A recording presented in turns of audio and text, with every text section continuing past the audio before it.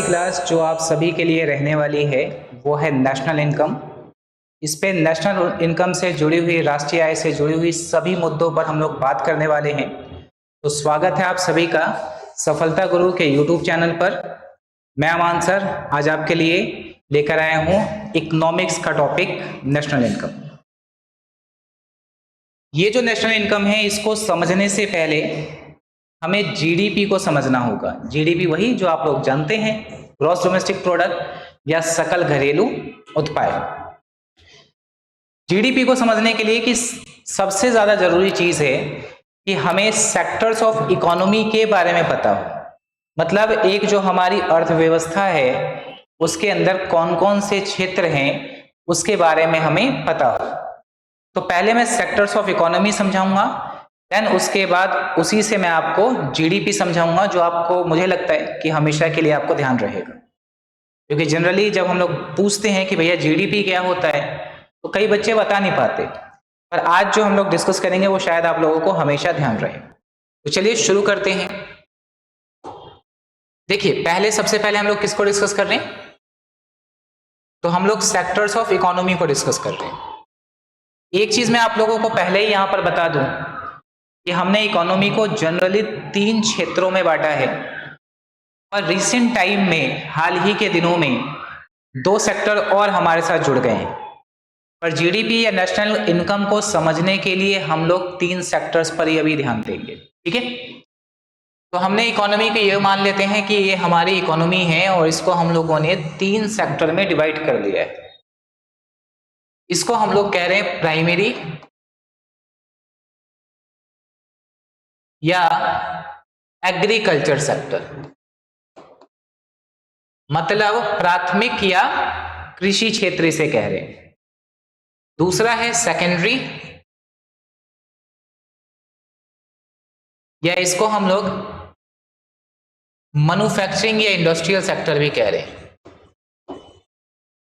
क्योंकि इंडस्ट्रीज करती क्या है तो गुड्स को मैन्युफैक्चर करती हैं। तो इसको हम लोग इंडस्ट्रियल या मैन्युफैक्चरिंग या हिंदी में विनिर्माण क्षेत्र कहेंगे। तीसरा है अपना टर्शरी। टर्शरी मतलब तृतीय क्षेत्र, या इसी को हम लोग कहते हैं सर्विस सेक्टर। इसी को क्या कह देते हैं हम लोग? सर्विस सेक्टर कह देते हैं। अब हमारा ये जो प्राइमरी सेक्टर है ये क्या है? ये नेचुरल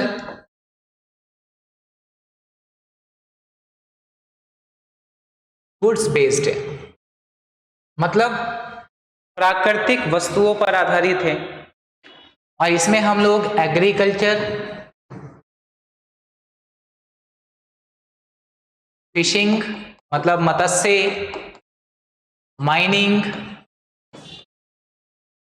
मतलब खनन आदि क्षेत्रों को हम लोग इसके अंदर रखते हैं। तो इनके प्रोफेशन को देखते हुए इसमें जो भी वर्कर्स वगैरह काम करते हैं, ठीक है, उन सभी को हम लोग क्या बोलते हैं? रेड कॉलर्स बोलते हैं। क्या बोलते हैं इसको? Red collar. तो कुछ ऐसी बातें जो हम लोग डिस्कस करने वाले हैं, मतलब पूरा होलिस्टिक वे में हम लोग चीजों को समझने वाले हैं। अब सेकेंडरी सेक्टर क्या है? तो ये जो प्राइमरी गुड्स हैं, एक तरीके से रॉ मटेरियल हैं, इनको अगर हम लोग यूज कर लें, क्या कर लें? यूज कर लें, प्रयोग कर लें।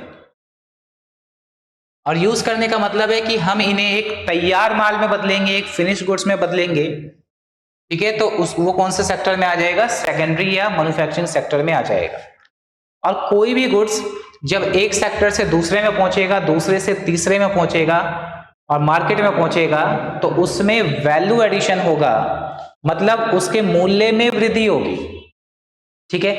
जैसे मान लो कि किसी व्यक्ति, हम कहते हैं ना कि जिंदा मुर्गा ज्यादा महंगा है या मरा हुआ, तो मान लो किसी ने मुर्गा पाला, अब उस मुर्गे को फ्राई करके बेच दे, तो ज्यादा महंगा कौन सा होगा? फ्राई वाला महंगा होगा, क्योंकि उसको हमने इंडस्ट्रियल सेक्टर में कुछ प्रोसेस करके, प्रक्रिया के थ्रू उसको बना दिया है। ये चीजें ध्यान रखनी है। एक आम की वैल्यू ज्यादा है या मैंगो शेक की वैल्यू ज्यादा है? तो नो डाउट कि मैंगो शेक की वैल्यू ज्यादा है।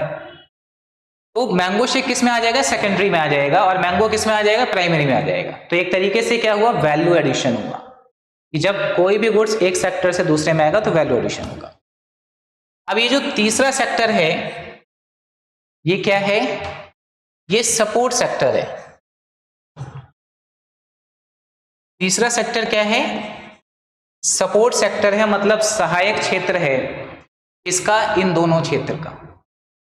इसके अंदर हम लोग किसको रखते हैं, तो क्योंकि इनके जो भी प्रोडक्ट्स हैं वो मार्केट में कैसे पहुंचेगा, ट्रांसपोर्टेशन के थ्रू पहुंचेगा। तो यहां पे आ गया ट्रांसपोर्टेशन सिस्टम। क्या आ गया, ट्रांसपोर्टेशन सिस्टम आ गया। अब मान लो सामान बिक जाता है, हम लोग खरीद कर ले आते हैं, तो उसके बाद मान लो सामान में कोई भी प्रॉब्लम आती है तो हमें क्या करना पड़ता है, कॉल्स करनी पड़ती हैं। टेलीकम्युनिकेशन आ गया, मतलब दूर संचार आ गया। फाइनेंस आ गया, इंश्योरेंस आ गया। ये सारे सेक्टर किस में आते हैं, टर्शियरी सेक्टर में आते हैं। ठीक है, अभी दो सेक्टर के बारे में और बताऊंगा आप लोगों को, पहले इन तीनों के बारे में बता रहा हूं। ठीक है, अब देखिए कि ये जो सेक्टर है प्राइमरी, यहां पर क्या होगा, टोटल प्रोडक्शन होगा। ठीक है, क्या होगा, टोटल प्रोडक्शन मतलब कुल उत्पाद होगा। कि मान लो 1000 टन, 2000 टन, 3000 टन, कोई भी प्रोडक्शन हो सकता है, तो ये सब क्या है, टोटल प्रोडक्शन है। और जितना भी कुल उत्पाद है उसकी कुछ ना कुछ तो मनी में वैल्यू होगी, तो उसको हम लोग बोलते हैं टोटल मॉनेटरी वैल्यू। तो ये क्या है, टोटल मॉनेटरी वैल्यू, कुल मौद्रिक मान। ठीक है, कौन सा मान, कुल मौद्रिक मान। तो क्या सिर्फ इसी सेक्टर की ये चीजें होंगी, बाकियों की नहीं होंगी? ऐसा नहीं है, बाकियों की भी होंगी। तो इसका भी टोटल प्रोडक्शन, इसका भी टोटल मॉनेटरी वैल्यू, इसका भी टोटल प्रोडक्शन, इसका भी टोटल मॉनेटरी वैल्यू। अगर हम लोग तीनों सेक्टर को प्लस कर दें, sum of TP and their TMP, ठीक है, तो इसी को हम लोग क्या कहते हैं, जीडीपी कहते हैं। तो ये तो कंसेप्चुअल बात हो गई। वैसे अगर हमें बताना हो कि जीडीपी क्या होता है, तो जितने भी फाइनल गुड्स एंड सर्विसेज हैं उनके टोटल मॉनेटरी वैल्यू को हम लोग जीडीपी कहते हैं। फाइनल गुड्स क्या होता है, तो फाइनल गुड्स का मतलब होता है कि जिसमें फर्दर प्रोडक्शन एक्टिविटीज जो है वो पॉसिबल नहीं है। ठीक है, प्रोडक्शन क्या है कि उसे हम लोग प्रोडक्शन एक्टिविटी में यूज नहीं कर सकते। जैसे चीनी है, तो चीनी अगर मिठाई वाला यूज कर रहा है तो वो उसके लिए क्या है, इंटरमीडिएट है, कि वो उससे मिठाई बनाएगा फिर मिठाई हमें बेचेगा। क्लियर है? और हम लोग चाय में क्या डाला, दूध में चीनी डाली, चाय बनाया, पी गए, तो हमारे लिए फाइनल है। तो अगर प्रोडक्शन एक्टिविटीज में किसी भी चीज का यूज हो रहा है और उसका फिर दोबारा से आगे भी यूज होगा, तो वो मध्यवर्ती कहलाती हैं, इंटरमीडिएट कहलाती हैं। ठीक है, और जिसका आगे प्रोडक्शन एक्टिविटी में, उत्पादन की क्रिया में यूज नहीं होगा, वो फाइनल कहलाती हैं, अंतिम कहलाती हैं। तो ये सब जो भी वैल्यू है जीडीपी किसकी है, अंतिम फाइनल गुड्स एंड सर्विसेज की है। इतना आप लोग ध्यान रखेंगे यहां पर। होप सो कि अब जो जीडीपी आप लोगों ने किया है वो भूलोगे नहीं। तो अब देखिए कुछ सेक्टर्स के बारे में बात हो जाए। तो अब देखिए, जैसे ये तो मैंने बताया कि रेड कॉलर है। जो सेकेंडरी सेक्टर है इसको हम लोग ब्लू कॉलर बोलते हैं, ब्लू कॉलर जॉब बोलते हैं। ठीक है, इसको हम लोग व्हाइट कॉलर बोलते हैं। इसके बाद चौथा सेक्टर जो है, चौथे को हम लोग क्या बोल रहे हैं, क्वार्टरनरी सेक्टर। तो इसको हम लोग कई बार नॉलेज सेक्टर भी कहते हैं। क्या कहते हैं, नॉलेज सेक्टर भी कहते हैं। ठीक है, और ये टर्शरी सेक्टर का ही एक पार्ट कह सकते हो आप।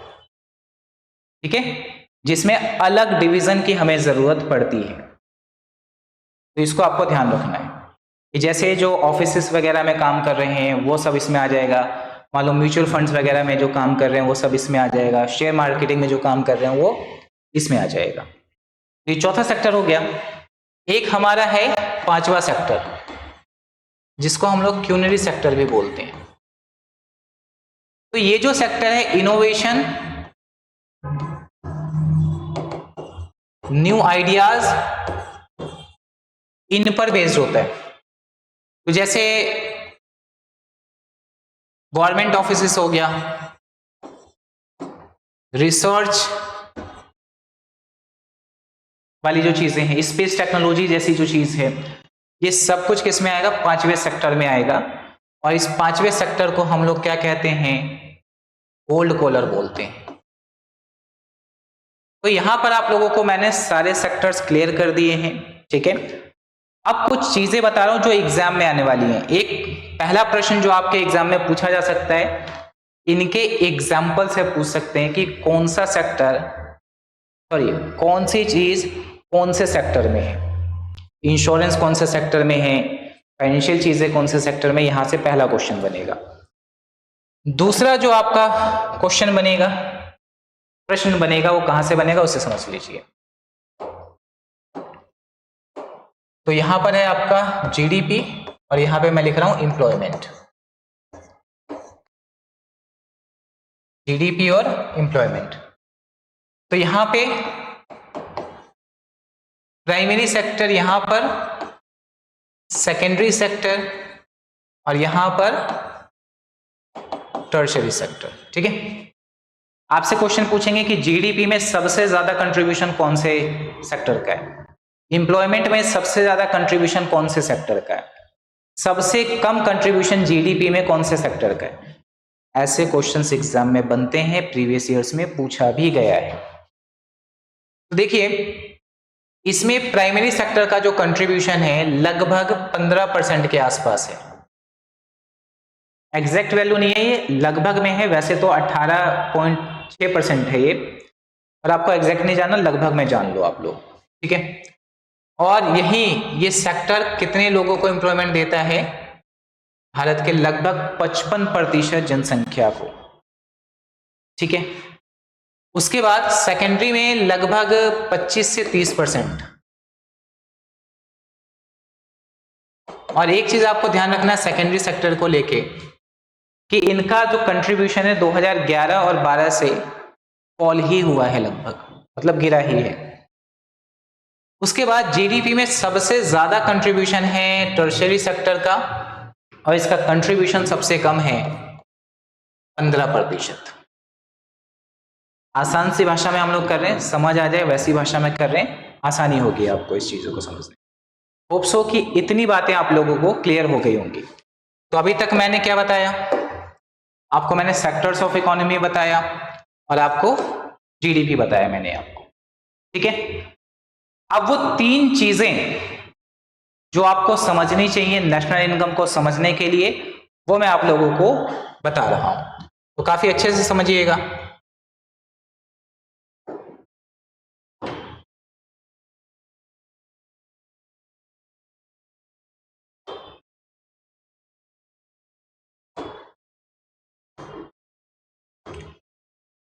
चलिए, तो राष्ट्रीय आय प्राप्त करने के लिए हमें क्या क्या चीजें करनी चाहिए, वो चीजें आप लोगों के सामने हैं। देखिए पहली बात, ये तीन बातें आपको जरूर ध्यान रखनी है। मैं पहली बात बता रहा हूं ये कि अगर हमें ग्रॉस से, ग्रॉस मतलब सकल से शुद्ध पर जाना हो तो हमें क्या करना है? हमें मूल्यह्रास माइनस करना है। मूल्यह्रास क्या करना है? माइनस करना है। और मूल्यह्रास क्या होता है कि किसी भी कैपिटल गुड्स में या किसी भी गुड्स के वैल्यू में कमी होना। वो किसी भी कारण से हो सकता है, मान लो टूट फूट गया हो वो उसकी वजह से हो सकता है, या मान लो कोई चीज ट्रेंड से बाहर हो गई हो उसकी वजह से हो सकता है। तो कमी, किसी भी गुड्स के वैल्यू में कमी, मोस्टली कैपिटल गुड्स, ठीक है। तो ग्रॉस से नेट पे जाना होगा तो डेप्रिसिएशन माइनस करेंगे, और अगर नेट से ग्रॉस पे जाना हो तो डेप्रिसिएशन प्लस करेंगे। उसके बाद दूसरी चीज कि अगर हमें घरेलू से, किससे, घरेलू से राष्ट्रीय पर जाना हो तो हमें क्या करना पड़ता है, net factor income from abroad plus करना पड़ता है। यहां पे क्या ध्यान रखना है, प्लस करना पड़ता है। अब ये विदेशों से शुद्ध कारक आय क्या है, तो जो इंडियंस फॉरेन में जॉब कर रहे हैं वो जो इनकम ला रहे हैं वो प्लस, और जो फॉरेनर्स इंडिया में काम कर रहे हैं वो जो इनकम ला रहे हैं वो माइनस करके जो हमें मिलेगा वो NFIA होगा। तो ये दूसरी बात हो गई। तीसरी बात ये है कि अगर हमें बाजार कीमत से, अब आप कहोगे कि बाजार कीमत क्या होता है, तो बाजार कीमत क्या होता है कि जब कोई भी गुड्स एक हैंड से दूसरे हैंड में गया, दूसरे से तीसरे में गया, तो हर कोई अपना प्रॉफिट ऐड ऑन करेगा और ऐड ऑन करने के बाद बेचेगा, तो वो मार्केट प्राइस है। फैक्टर कॉस्ट का मतलब जिसपे कोई भी सामान बना है, मतलब कारक लागत। तो हमें कारक लागत पर पहुंचने के लिए मार्केट प्राइस से माइनस करना पड़ता है नेट इनडायरेक्ट टैक्स, इसको बोलते हैं शुद्ध अप्रत्यक्ष कर। शुद्ध अप्रत्यक्ष कर, NIT कहते हैं इसको, ठीक है। और NIT क्या होता है, मान लो मुझे NIT निकालना, NIT क्या होता है, तो NIT होता है इनडायरेक्ट टैक्स माइनस सब्सिडी। तो एग्जाम में पूछ सकते हैं कि NIT क्या होता है। होप सो इतनी बातें आप लोगों को बिल्कुल अच्छे से समझ आ गई होगी। बढ़ते हैं आगे, यहां पर आप लोग देख सकते हो पूरा।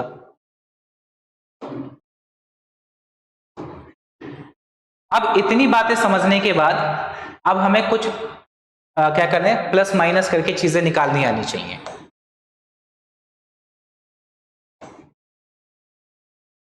यहां पे देखो नेट इनडायरेक्ट टैक्स लिख दिया मैंने, विदेशों से शुद्ध साधन आय मैंने यहां पे लिख दिया है, जिससे आपको चीजें पता चलते हैं, ठीक है। अब यहां पर ये ट्रीटमेंट आपको जरूर पता होना चाहिए, ये बिना पता किए आप नहीं कर सकते चीजों को, ठीक है।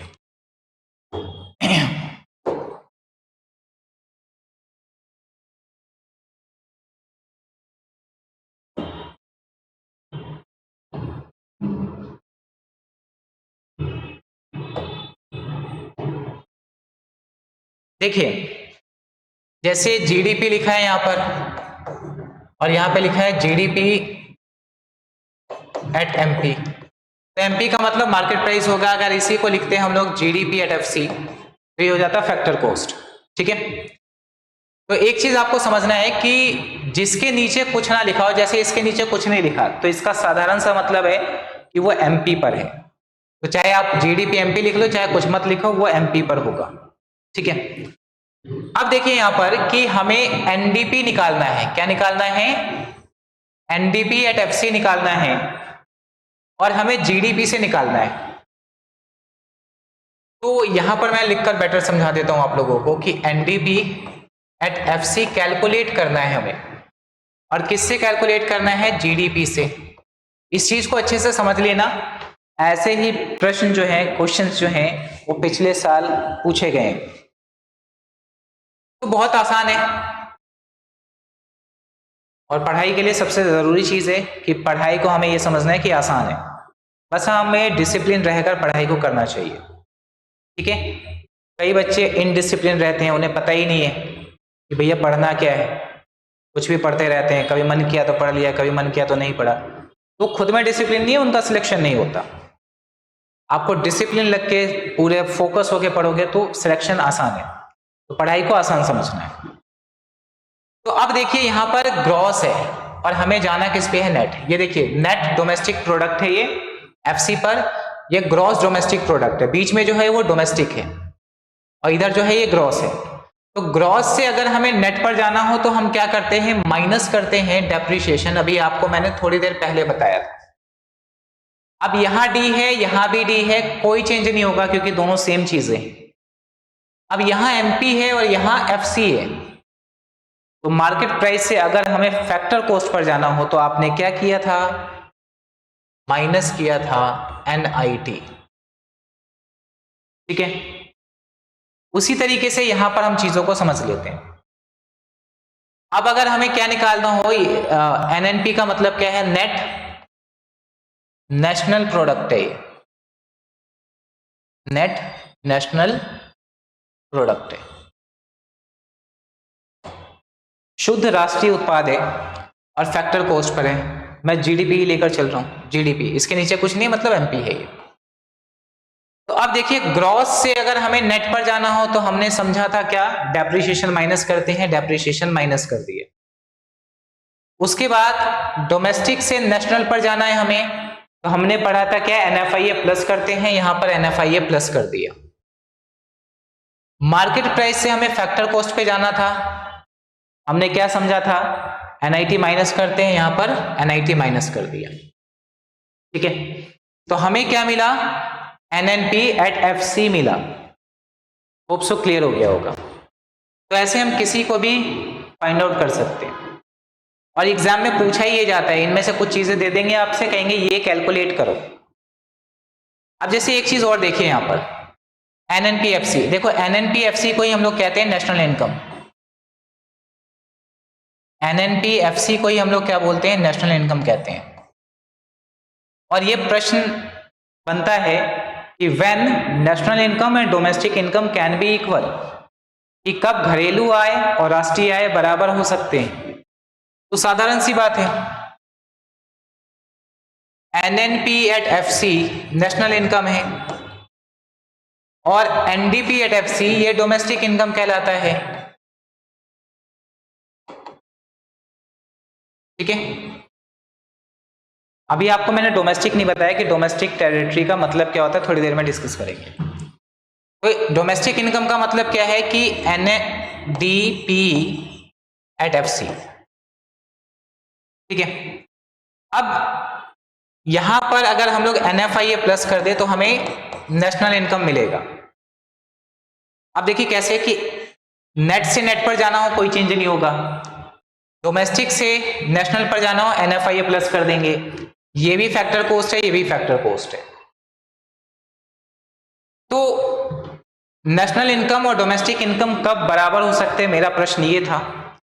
तो इस केस में अगर एनएफआईए ये 0 हो जाए तो ये दोनों बराबर हो सकते हैं, तो ध्यान रखना है आपको।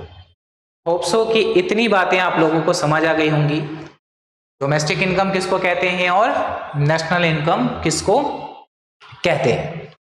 ठीक है, अब यहां पर हम लोग क्या समझ रहे हैं, अब हम लोग यहां पर ये समझ रहे हैं कि अभी मैंने डोमेस्टिक की बात की है कि डोमेस्टिक क्या होगा, डोमेस्टिक टेरिटरी क्या होगी।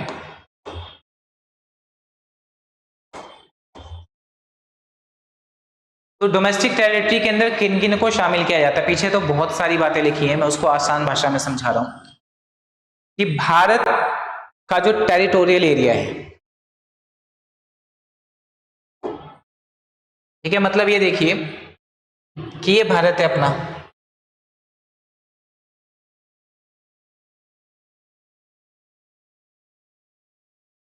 ये भारत है और यहां पे हमारे अंडमान निकोबार, यहां पे लक्षद्वीप, तो ये पूरा हमारा पार्ट है। ठीक है, पहली बात ये कि ये पूरा हमारा पार्ट हो गया। दूसरी बात ये कि वाटर के अंदर 12 नॉटिकल माइल तक भी क्या है, हमारा ही पार्ट माना जाता है, एक कंट्री की डोमेस्टिक टेरिटरी मानी जाती है। उसके साथ साथ इंडियन एम्बेसी पूरी दुनिया में जहां पर भी होगी वो भारत के एरिया में माना जाएगा, वो भारत की टेरिटरी ही मानी जाएगी। उसी तरीके से भारत के अंदर चाहे यूएस एम्बेसी हो, जापान एम्बेसी हो, भारत का पार्ट नहीं माना जाएगा। उसके बाद जो भी शिप एयरक्राफ्ट जो है वो भारत सरकार का स्वामित्व है उसके ऊपर, ठीक है, वो सब भी हमारी टेरिटरी ही मानी जाएगी। तो डोमेस्टिक टेरिटरी क्या होता है, आप लोगों को ये चीजें पता चल गई हैं। ठीक है, और हम नेशनल कब बनते हैं कि जब भी हमारा रेस्ट ऑफ द वर्ल्ड के साथ कोई भी रिलेशन इस्टेब्लिश होता है तो हम उसे क्या कहते हैं, नेशनल कहते हैं। होप सो कि इतनी बातें आप लोगों को बिल्कुल क्लियर हो गई होंगी। ठीक है, अब यहां पर हम लोग बात क्या कर रहे हैं, हम लोग बात कर रहे हैं एक हिस्टोरिकल बैकग्राउंड की नेशनल इनकम के, ठीक है। तो उसको एक बार हम लोग देख लेते हैं।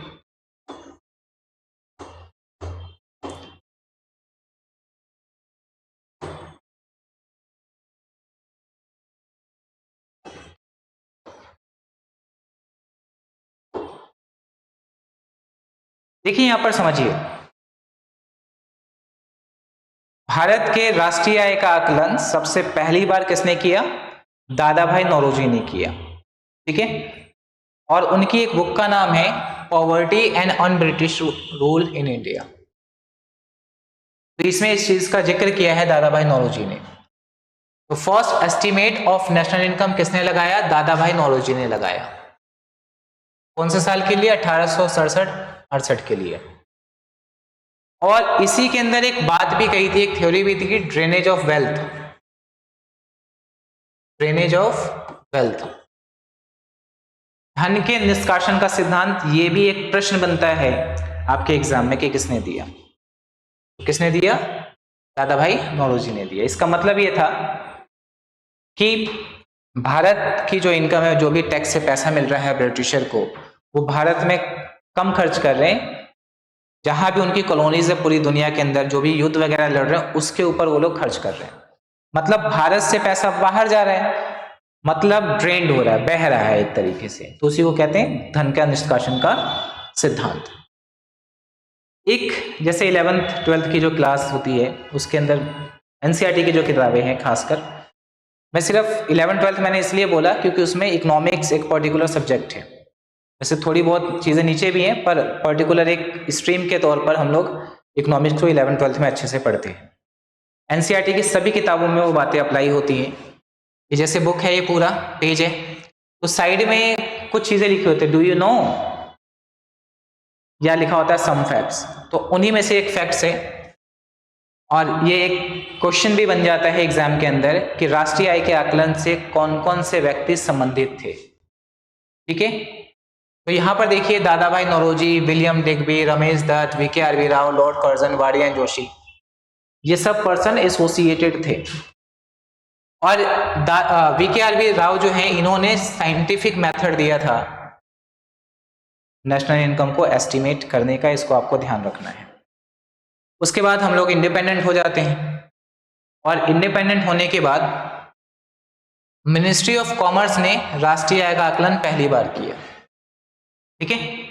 अगर आपसे पूछे कि आजादी के बाद राष्ट्रीय आय का आकलन किसने किया, तो मिनिस्ट्री ऑफ कॉमर्स ने किया। फिर एक कमेटी बिठाई गई, नेशनल इनकम कमेटी। इसके चेयरमैन कौन थे? पीसी महालनोबिस थे। नेशनल इनकम का एस्टीमेट किस तरीके से किया जाए उन सब पर बात करने के लिए। और इन पीसी महालनोबिस को याद रखते हुए 29 जून को हम लोग नेशनल स्टैटिस्टिक डे के तौर पर मनाते हैं। देन उसके बाद एक NSSO बना, ठीक है, यहां पर होगा नेशनल सैंपल सर्वे ऑर्गेनाइजेशन। ये बना था 1950 में, ठीक है। और एक ऑर्गेनाइजेशन बना नेशनल स्टैटिस्टिक ऑर्गेनाइजेशन, ये बना 1951 में। तो पहले नेशनल इनकम का एस्टीमेट CSO लगाती थी, केंद्रीय सांख्यिकी संगठन लगाती थी, क्लियर है। देन उसके बाद ये दोनों ऑर्गेनाइजेशन है, नेशनल स्टैटिस्टिक ऑर्गेनाइजेशन और NSSO, इसे मर्ज किया गया 2019 में, और एक नया ऑर्गेनाइजेशन बना जिसे बोलते हैं नेशनल स्टैटिस्टिक ऑफिस। तो प्रेजेंट में NSO ये नेशनल इनकम को एस्टिमेट करती है, राष्ट्रीय आय का आकलन वर्तमान में NSO लगाती है, और ये central statistic and program implementation के तहत काम करती है। Central statistic and program implementation के अंदर काम करती है। तो ये भी क्वेश्चन आपके एग्जाम में पूछा जाता है, इसको आप लोग ध्यान रखेंगे, ठीक है। और थोड़ा सा ऐसे ही बता देता हूं कि जब इस समय मतलब दादा भाई नौरोजी ने जब नेशनल इनकम का एस्टीमेट लगाया था, तो उस समय हमारी जो पर कैपिटा इनकम थी, प्रति व्यक्ति आई थी लगभग 20 रुपए के करीब थी, ठीक है। होप सो कि इतनी बातें आप लोगों को समझ आ गई होंगी। बढ़ते हैं आगे।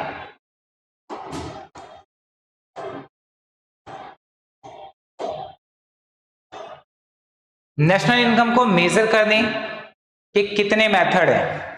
तो 3 मेथड है। कौन सा मेथड नहीं है? तो इन तीनों के अलावा जो होगा वो नहीं है। ये क्वेश्चन ऐसे ही एग्जाम में पूछते हैं, इसको ध्यान रखना है। ये सबसे ज्यादा जरूरी चीज है कि जो भी आप लोग पढ़ रहे हो वो प्रीवियस ईयर्स के क्वेश्चंस के अकॉर्डिंग है या नहीं है, या ऐसे ही हवा में तीर चला रहे हो, बिना पेपर देखे बिना कुछ किए बस क्लास कर रहे हैं और ये सोच रहे हैं कि हमारा सिलेक्शन हो जाएगा। ऐसा बिल्कुल नहीं होगा। प्रीवियस ईयर पेपर देखो ताकि क्लास में जो कराया जा रहा है वो पता तो चले कि उसके अकॉर्डिंग आप कर भी रहे हो या नहीं कर रहे हो। तो आपको ये पता होना चाहिए कि कौन से सेक्शन से कैसे क्वेश्चंस बन रहे हैं। मैं साथ साथ इसलिए जरूरी मतलब ये होता है कि मैं आपको क्वेश्चंस बताऊं कि कौन से टॉपिक से कैसे क्वेश्चंस बन रहे हैं। तो 3 मेथड है, प्रोडक्शन और वैल्यू एडेड मेथड, उत्पादन या मूल्य वृद्धि विधि, दूसरा व्यय विधि, तीसरा आय विधि। तो ये 3 मेथड है राष्ट्रीय आय को मापने के। यहां पर मैं थोड़ा बहुत इन मेथड के बारे में डिस्कस करूंगा और यहाँ पे ध्यान रखना कि मेथड से क्वेश्चन नहीं बनते हैं। अभी तक तो मैंने देखे नहीं है, ठीक है। बस ये पूछा गया कि कौन सा मेथड है कौन सा मेथड नहीं है, कितने मेथड है। मेथड का डिस्क्रिप्शन नहीं डिस्क्राइब नहीं पूछा गया, और फिर भी मैं यहां पर बता देता हूं, क्या पता पूछ लिए जाए। तो देखिए प्रोडक्शन और वैल्यू एडेड मेथड क्या है, इस चीज को आप लोग समझ लो। यहां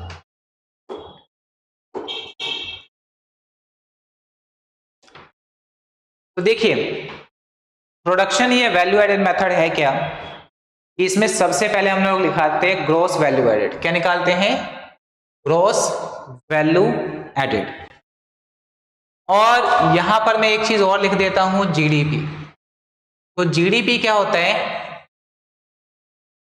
समेशन ऑफ जीवीए। कि ग्रॉस वैल्यू एडेड को अगर हम लोग प्लस कर दें, सम कर दें, मान लो 4 फर्में हैं, चारों के जीवीए को अगर हम लोग प्लस कर दें तो हमें जीडीपी मिलेगा, ठीक है। एक फर्म है तो सिंगल जीवीए है, बहुत सारी फर्में हैं, सबको अगर हम लोग प्लस कर देते तो हमें क्या मिलने वाला है? जीडीपी मिलने वाला है। तो जीवीए कैसे निकालते हैं?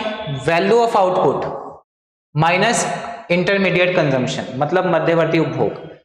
तो यहां पर मैंने पहले भी बता दिया, थोड़ी देर पहले बताया था मैंने इन दोनों के बारे में, तो यहां पे डिस्कस मैं नहीं कर रहा हूं उस चीज को। अब अगर हम लोग वैल्यू ऑफ आउटपुट की बात करें तो इसमें sales plus change in stock आता है, और चेंज इन स्टॉक क्या है? यह है closing stock minus opening stock. तो ये करने के बाद इन सबका ट्रीटमेंट करने के बाद हमें ग्रॉस वैल्यू एडेड मिलेगा, और सारे जितने भी जीवीए हैं उनको अगर हम लोग प्लस कर दें तो हमें जीडीपी मिलेगा। और जीडीपी से नेशनल इनकम पर कैसे जाना है वो मैंने थोड़ी देर पहले डिस्कस किया है, ठीक है। दूसरा मेथड एक्सपेंडिचर मेथड है, और ये जो एक्सपेंडिचर मेथड है इसका सिंपल सा फॉर्मूला है। हम ये अज्यूम करके चलते हैं कि इकोनॉमी में 4 सेक्टर्स हैं। कंजम्पशन, मतलब सी का मतलब क्या है? कंजम्पशन। कंजम्पशन कौन कर रहे हैं? प्राइवेट सेक्टर कर रही है, ठीक है, एक फैमिली कर रही है। आई का मतलब क्या हो गया? एक तरीके से आप इसको क्या ले सकते हो? इन्वेस्टमेंट ले सकते हो। तो जो फर्म खर्चा कर रही है, फर्म जो खर्चा कर रही है वो एक तरीके से उनका इन्वेस्टमेंट है, तो आई हो गया। जी मतलब गवर्नमेंट हो गया, और एक्स माइनस एम ये एक तरीके से रेस्ट ऑफ द वर्ल्ड हो गया। अब ऐसे तो आपको समझ ही नहीं आया होगा, मुझे पता है। तो सी का मतलब यहां पे क्या है? प्राइवेट फाइनल कंजम्पशन एक्सपेंडिचर है, मतलब जो हम लोग हैं, जो कंज्यूमर हैं, वो कितना खर्च कर रहे हैं एट द एंड फाइनली, तो उसको हम लोग सी में रखते हैं। जी का मतलब है गवर्नमेंट जितना खर्च कर रही है वो, और आई का मतलब है gross domestic fix capital formation. तो फिक्स कैपिटल फॉर्मेशन का मतलब क्या है? एक तरीके से कैपिटल तो तभी बनेगी ना जब इन्वेस्टमेंट होगा, तो ये एक तरीके से इन्वेस्टमेंट हो गया। एक्स का मतलब है एक्सपोर्ट, एम का मतलब है इंपोर्ट। नेट एक्सपोर्ट कैसे बनेगा? एक्स माइनस एम करके बनेगा। तो जीडीपी आ गया। जीडीपी से नेशनल इनकम पे कैसे पहुंचते हैं आप सबको पता है। उसके बाद तीसरी चीज आप लोगों को बता रहा हूं, इनकम मेथड। अब इनकम मेथड में तीन बातें आ रही हैं, ABC तीन बातें।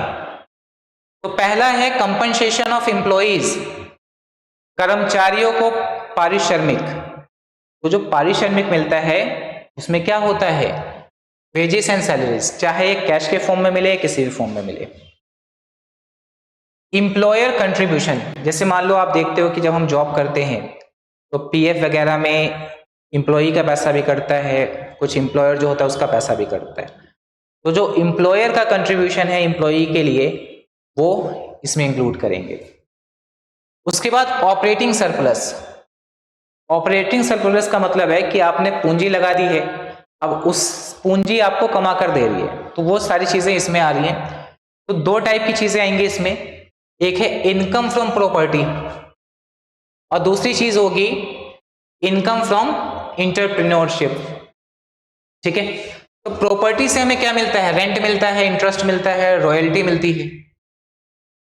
और इंटरप्रेन्योरशिप का मतलब क्या है कि जैसे मान लो हमने कोई बिजनेस शुरू किया तो हमें क्या मिलेगा, प्रॉफिट ही कमाने के लिए शुरू किया हमने, तो प्रॉफिट के तीन पार्ट होते हैं। पहला पार्ट सरकार के पास जाता है कॉर्पोरेट टैक्स के रूप में, दूसरा पार्ट डिविडेंड के तौर पर शेयर होल्डर्स के पास जाता है, और तीसरा पार्ट जो बचता है वो अनडिस्ट्रीब्यूटेड प्रॉफिट होता है। होप सो इतनी सारी चीजें क्लियर हो गई होंगी। उसके बाद मिक्स्ड इनकम या सेल्फ एम्प्लॉयड, इसका मतलब यह है कि अब मान लो कि आप अपने आसपास जितने भी दुकानें वगैरह देख रहे हो, कोई बार्बर की शॉप है, कोई जनरल स्टोर है, उन सब की इनकम। तो अगर हम लोग ABC तीनों को प्लस कर दें तो हमें डोमेस्टिक इनकम मिलेगा, मतलब NDP एट FC मिलेगा। और इससे नेशनल इनकम कैसे निकालते हैं ये आप सबको पहले से पता है। ठीक है, तो होप सो कि ये बातें क्लियर हो गई होंगी। आज इस सेशन का आखिरी बात करने जा रहा हूं और वो कुछ फैक्ट्स से रिलेटेड है। ठीक है, उसके बाद हम लोग ओवर करेंगे।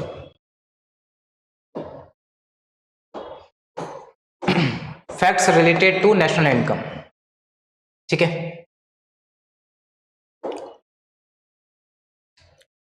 देखिए क्या है, नेशनल इनकम को दो प्राइजेस पे मेजर किया जाता है, एक होता है कांस्टेंट प्राइस और एक होता है करंट प्राइस। तो कांस्टेंट ईयर प्राइस में हम लोग या स्थिर कीमत पर हम लोग एक ईयर को बेस मान लेते हैं और आगे आने वाले कुछ सालों तक हम लोग उसी प्राइस पे उसको मेजर करते हैं। ठीक है, और करंट का मतलब जो चल रहा है उसके प्राइस के बिहाफ पर।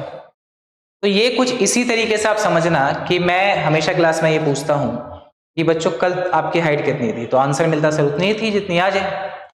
पर मैं वही ये पूछता हूं कि 5 साल पहले कितनी थी, तो बताते थे सर कम थी। तो इससे ये पता चलता है हमें ग्रोथ का। तो बेस ईयर हमने इसीलिए दिया है ताकि हमें ग्रोथ का पता चले। तो बेस ईयर प्राइस पे या कांस्टेंट ईयर प्राइस पे जो नेशनल इनकम मेजर किया जाता है उसको रियल इनकम बोलते हैं, वास्तविक आय बोलते हैं। और जो करंट ईयर प्राइस पे मेजर करते हैं उसको नॉमिनल इनकम या अवास्तविक आय कहते हैं। ठीक है, इतनी बातें क्लियर हो गई होंगी। तो प्रेजेंट में जो बेस ईयर है जो 2011 और 12 है। ठीक है, इससे पहले ये 2004 और 5 था। 2017 में हमने 2004 और 5 से 11 और 12 किया है। गोवा की पर कैपिटा इनकम सबसे ज्यादा है, लगभग 4.5 लाख ईयरली एक इंसान कमाता है गोवा का। और वहीं बिहार की पर कैपिटा इनकम सबसे कम है, और बिहार का एक इंसान साल में लगभग 45,000 के आसपास कमाता है। तब सोचो कि कितना डिफरेंस है। अब आप लोग कहोगे कि सर पर कैपिटा इनकम क्या होता है, तो मैं यहां पर बता देता हूं कि जो पर कैपिटा इनकम है वो है national income divided by total population. कि अगर हम लोग नेशनल इनकम को डिवाइड कर दें टोटल पॉपुलेशन से तो हमें पर कैपिटा इनकम या प्रति व्यक्ति आय मिलता है। ये डेटा थोड़ा सा पुराना है, कोरोना से पहले का है, तो इसको ध्यान नहीं देंगे। पर हाँ, पूरे इंडिया की पर कैपिटा इनकम की बात करें तो वो लगभग 1,25,000 के आसपास है। एक इंसान लगभग 10,000 रुपये मंथली कमाता है, लगभग में 10-11 हज़ार रुपये भारत का हर इंसान कमाता है लगभग में। ठीक है, तो ये था टॉपिक आपका नेशनल इनकम, और सारे टर्म्स मैंने समझा दिए। जो भी एग्जामिनेशन रिलेटेड क्वेश्चंस हैं, प्रश्न हैं, वो इन्हीं में से बनेंगे। इसको आप लोग अच्छे से कर लेना, 2-3 बार जरूरत पड़े तो वीडियो को देख लेना। ठीक है, तो मिलते हैं ऐसे ही अगले सेशन में। Thank you so much.